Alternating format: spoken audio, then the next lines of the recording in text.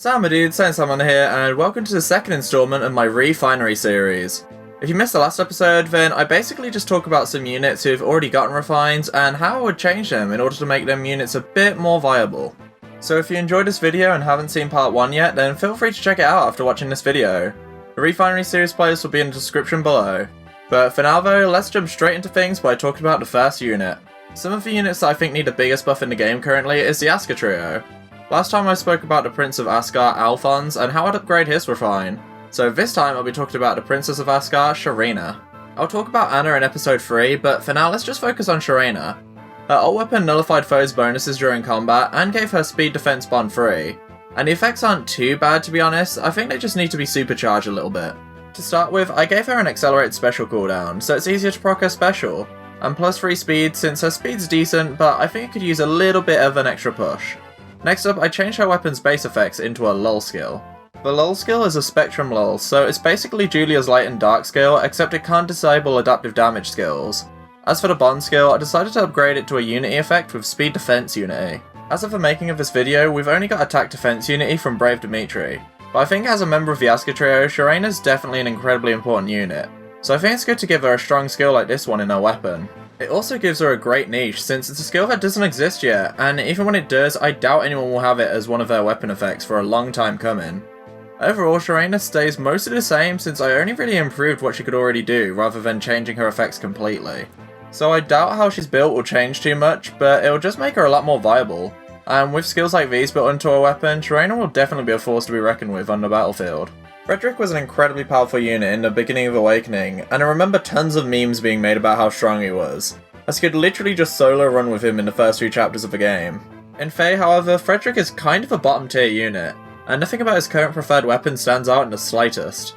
It's just effective against armored foes and has built-in death blow 3 in its refine, and that's it. So unlike Sharina, I basically had to change the entirety of his refine.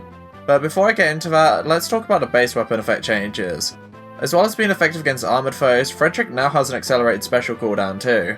He also has an effect similar to Shinlon's double bow, being able to counter attack from any distance and getting +5 to all of his stats as long as he isn't adjacent to any allies.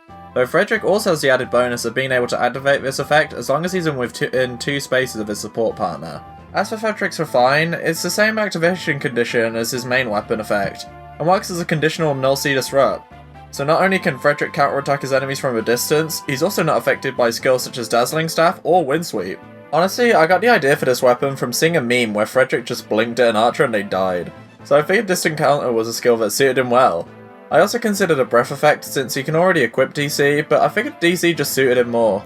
Overall, Frederick can really make his enemies pick a god and pray with his new weapon, and it also gives him a niche of being a cavalry unit with access to conditional null C disrupt, as usually cavalry units can't learn this skill. The third unit I talk about on this list is going to be the Angel of Death himself, Jafar.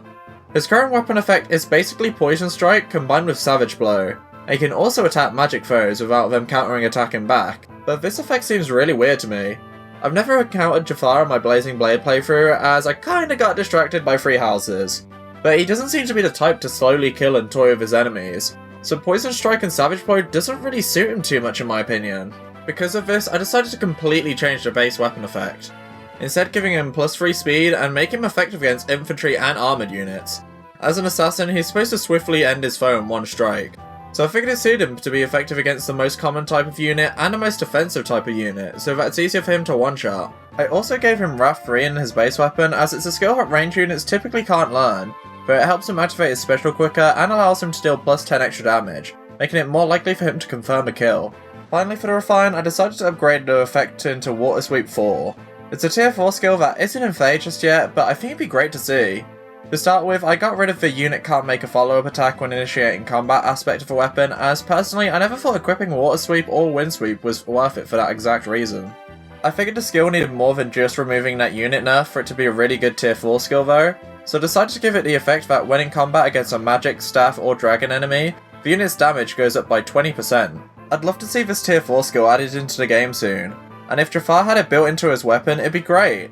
I think I'd give him the niche of being able to deal with these type of units and boost his low damage output while he's in combat against these foes too.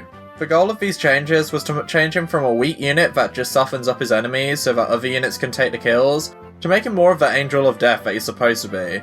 so he can get those kills himself instead of relying on others, and I'm hoping that I managed to do him justice with these changes. The Scarlet Swordsman could cut all in his path in the mainline Fire Emblem games, and his attacks in Warriors look insane. However, in Heroes, I think he needs a bit more of a boost to be a real threat in a mobile game. His Refine is actually really good, effectively being Quicken Pulse 2, as he gets -2 special cooldown at the start of turn 1. His issues lie with the base weapon effect and him being a Gen 1 unit. Because he came out in the first year of the game's release, his stats are really low, so he could definitely use a bit of a boost in each of his stats, so I really hope he gets a Resplendent ult at some point to give him just that extra push. As for his base weapon, it's literally just a preferred slaying edge weapon, and while it's a good effect, there's so many units that just have that effect and more on top of it, so I think for Navarre to really shine, he just needs to have a couple more effects added on. To start with, I gave him +3 attack. His speed is already really good, reaching 47 speed with a boon, +10 merges, and max dragon flowers. But with all that, Navarre can only reach 57 attack, so I think with that extra +3 will help him confirm kills a little bit easier, as he can finally reach a stat total of 60 without the use of any of his own skills or his allies in order for him to break past the value. I also added Special Spiral since it combos really well with his weapon. With this skill set, he can even proc a high cooldown special like Ether with every combat as long as he doubles. First of all, Navarre has -1 special cooldown built in his weapon. Next up, he has Quicken Pulse 2 to get another -2 at the start of his turn, combined with Special Spiral, which means he retains that -2 special cooldown after every combat. So if the enemy initiates combat, Navarre will proc Ether on his second attack every single time. This is actually a set you can already run on Navarre currently, but by implementing it into his weapon, it frees up his beast art for other skills such as Spurn or Null Sea Disrupt, making him a deadly unit to battle against. So I'd love for him to get this extra buff so that it can finally compete with even the best sword units in the game. For my final and favourite unit on this list, it's the Wildflower, Rebecca. She's actually the only unit on this list that I've +10 so far, and I've almost finished investing all the skills that I want to give her. I'm just missing some bonus doubler fodder, but other than that, she's just about done. The reason I had to add her onto this list was actually because of a unit I foddered for her, Shinon. He's literally better than her in every single way, and the only reason I foddered him off is that I just prefer Rebecca to him character-wise. The only advantages Rebecca has over him is that she's a lot easier to obtain and merge, and she also has 3 more res than Shinon. Other than that, the rest of his stats are higher than hers by a pretty large margin, and his weapon just completely outclasses hers. Double Bow is virtually just Rebecca's bow on steroids, and has a different activation condition. They both have an accelerated special cooldown, and both gain a boost in stats during combat. The difference is that Rebecca gets a +4 to each stat if a bonus is active on her, whereas Shinon gets +5 to each stat as long as he's not adjacent to any ally, but he also gets an inbuilt close counter added as long as this condition is met. I get power creep is a thing, but this is really unfair on Rebecca, so I decided to supercharge her weapon and turn her into a force to be reckoned with. To start with, she's a really good hunter, so as well as the bows naturally being effective against flying units, she's also effective on cavalry and beast units too. For the rest of her weapon, I basically just saw her main weakness being skills like panic and lull skills and yeeted those weaknesses out the window. To start with, in the base weapon, if a penalty is active on Rebecca, I made it so that those penalties will be converted into bonuses. As for the Refine, I made it so that she gets +5 to each stat instead of +4 as long as she's got a bonus on her. And she can also null skills like the lull line, which neutralizes her bonuses, meaning that if you're up against Rebecca and she has field buffs active, then I'm just sorry, you're dead.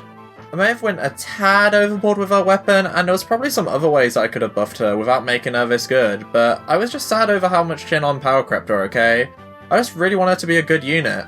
I still don't think she's anywhere near as broken as units like Young Sheeta, but Rebecca's just a fantastic wall breaker who doesn't let any panic or lull skill stop her in her tracks. And I'd really love to see her get a great buff like this, so she can finally stop being overshadowed by every single new archer released. I think that's all I've got to say about this batch of Refine, so I hope you enjoyed the videos, my dudes.